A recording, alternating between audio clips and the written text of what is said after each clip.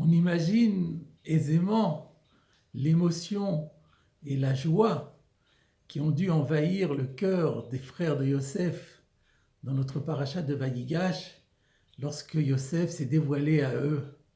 Voilà que ce frère qu'ils croyaient mort, et en plus mort par leur faute, était toujours vivant, qu'il avait conservé toute sa piété, et que, cerise sur le gâteau, il était devenu le vice-roi d'Égypte, ce qui leur assurait un avenir radieux. Et on peut donc s'étonner, dans le récit, lorsque Yosef s'est dévoilé à ses frères, s'est approché d'eux, les a fait approcher pour leur manifester toute son affection, il leur dit « Ve'ata al te'atzvu » et maintenant, ne vous affligez pas. « Ve'alichar be'enechem ki mechartem oti ena » ne soyez pas irrités contre vous-même de m'avoir vendu ici. Pourquoi serait-il irrité alors que tout l'avenir est radieux devant eux? Et si déjà ils sont affligés, alors quelle est la consolation que Yosef leur propose? Il leur dit Ki le miria shelachani elokim lifnechem, parce que c'est pour votre subsistance que Dieu m'a envoyé devant vous. Et alors là, on peut se poser vraiment la question, est-ce que Dieu ne pouvait pas leur accorder leur subsistance sans passer par 22 ans d'épreuves plus dramatiques les unes que les autres? À ces deux questions, je voulais vous citer aujourd'hui l'explication du Torah Temet de Lublin, qui donne à ces versets un sens qui dépasse le sens obvi du texte.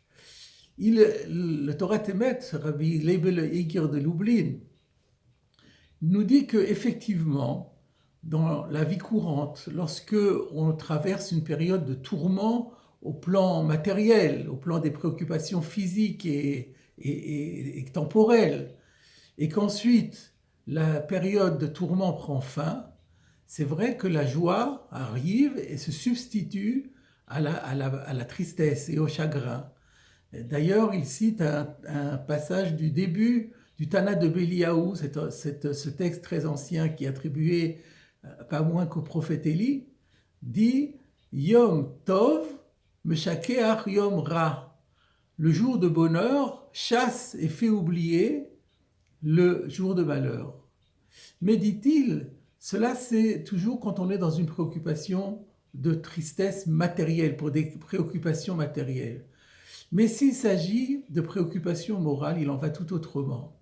Si par exemple quelqu'un a mal agi, pour des raisons qui lui sont propres, il pensait qu'il le faisait bien, mais en fait il a très mal agi, et puis au bout d'un certain temps, il prend conscience de sa faute, il en conçoit un vif remords, il entreprend un repentir.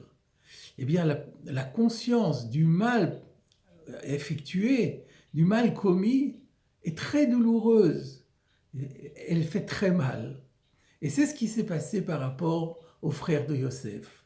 Lorsque ceux-ci avaient vendu Yosef, ils pensaient être tout à fait dans leur droit. Ils pensaient d'ailleurs que Yosef méritait la peine de mort. C'est ce que nous dit le Midrash. Ils croyaient que Yosef était un calomniateur, un dénonciateur, un comploteur, et qu'il méritait de toutes les façons d'être puni. Et puis voilà que, au moment où Yosef se dévoile à eux, ils se rendent compte de l'énormité de leur erreur, qu'ils se rendent compte que Yosef est un juste parmi les justes, et que ce même Yosef n'a absolument rien fait de mal, et que la faute qu'ils ont commise est tragique. Par contre, ce que l'on doit comprendre dans ces contextes, alors, c'est mais quelle est la réponse que Yosef leur fait? Quelle est la consolation? Dieu m'a envoyé pour assurer la subsistance. En quoi ça répare la faute commise? Eh bien, là encore, le Torah Temet nous dit, il ne faut pas prendre le sens, votre subsistance au sens simple, c'est-à-dire pour vous permettre de traverser ces années de famine. En fait, ces 2 années de famine, puisque les 5 autres vont disparaître. Ce n'est pas de cela qu'il s'agit. En vérité, c'est la subsistance du peuple d'Israël tout au long des générations qui vient d'être assurée par le fait que Yosef a été vendu en Égypte. Parce que Yosef, il fallait que ce soit en Égypte, il fallait que Yosef se retrouve dans le pays de l'époque qui était le plus dépravé. Il fallait que Yosef se retrouve tout seul dans cet environnement d'impureté totale. Il fallait en plus qu'il soit confronté à la pire de toutes les tentations en la personne de la femme de Putiphar. Et il a fallu que Yosef surmonte toutes ces épreuves, qu'il arrive à imposer sa volonté à son corps, à ses pulsions, à ses instincts, à devenir un véritable juste. Et à ce moment-là, il a été en capacité d'offrir au peuple d'Israël le secret de sa survie, c'est ça la subsistance, Michia, le secret de sa survie tout au long des générations. L'action de Yosef permettra à toutes les générations d'Israël qui se retrouveront confrontées à des situations où le Yetzer Hara, le penchant à faire le mal, est extrêmement fort, grâce à l'exemple de Yosef, cet exemple, ce modèle les portera, la sainteté de Yosef va produire une sainteté dans l'ensemble de tous les enfants d'Israël. Et d'ailleurs, il est remarquable que Yosef dit « Dieu m'a envoyé devant vous ». Pourquoi devant vous? C'est, dit le Torah Temet, pour dire Dieu m'a envoyé comme un explorateur. Lorsque une armée se prépare à conquérir un pays très difficile, il envoie des explorateurs, ce qui rend ensuite la conquête beaucoup plus aisée. Et bien c'est ce qui s'est passé, me dit Yosef à ses frères. Dieu m'a envoyé comme un explorateur sur la terre pour essayer de conquérir cette terre, et maintenant pour vous ce sera beaucoup plus facile. La terre en question, c'est toute la planète, et c'est le Yetzer Hara qui se trouvera durant toutes les générations, dans toutes les centaines, les milliers d'années de vie du peuple d'Israël. C'est cette conquête du Yetzer Hara qui a été produite grâce finalement à la vente de Yosef en Égypte. Et d'ailleurs, il est remarquable que Yosef a répété une deuxième fois la phrase, il va dire « Vayishlacheni Elokim lifnechem, lasum lachem she'erit ba'aretz » Dieu m'a envoyé devant vous pour assurer votre survivance.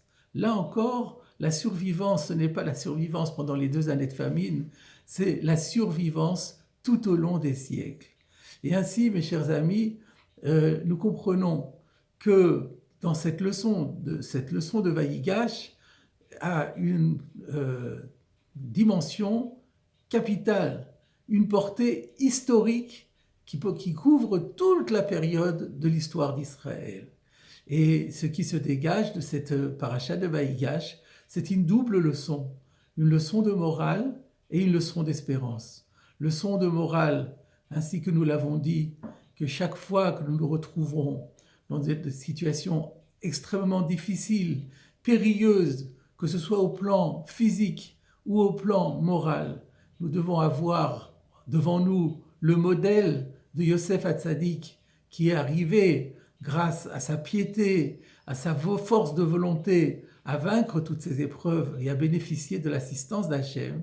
Il y a aussi une leçon d'espérance, c'est que lorsque parfois on a conscience d'avoir mal agi, il ne faut pas désespérer, parce qu'il peut s'avérer par la suite que cette mauvaise action a finalement engendré des résultats merveilleux, des résultats qui s'enracinent dans la Kedusha. Et la leçon finale de ce Vayigash, c'est que grâce à tous ces efforts, il y aura nécessairement, à la fin de tout, un happy end, une fin heureuse.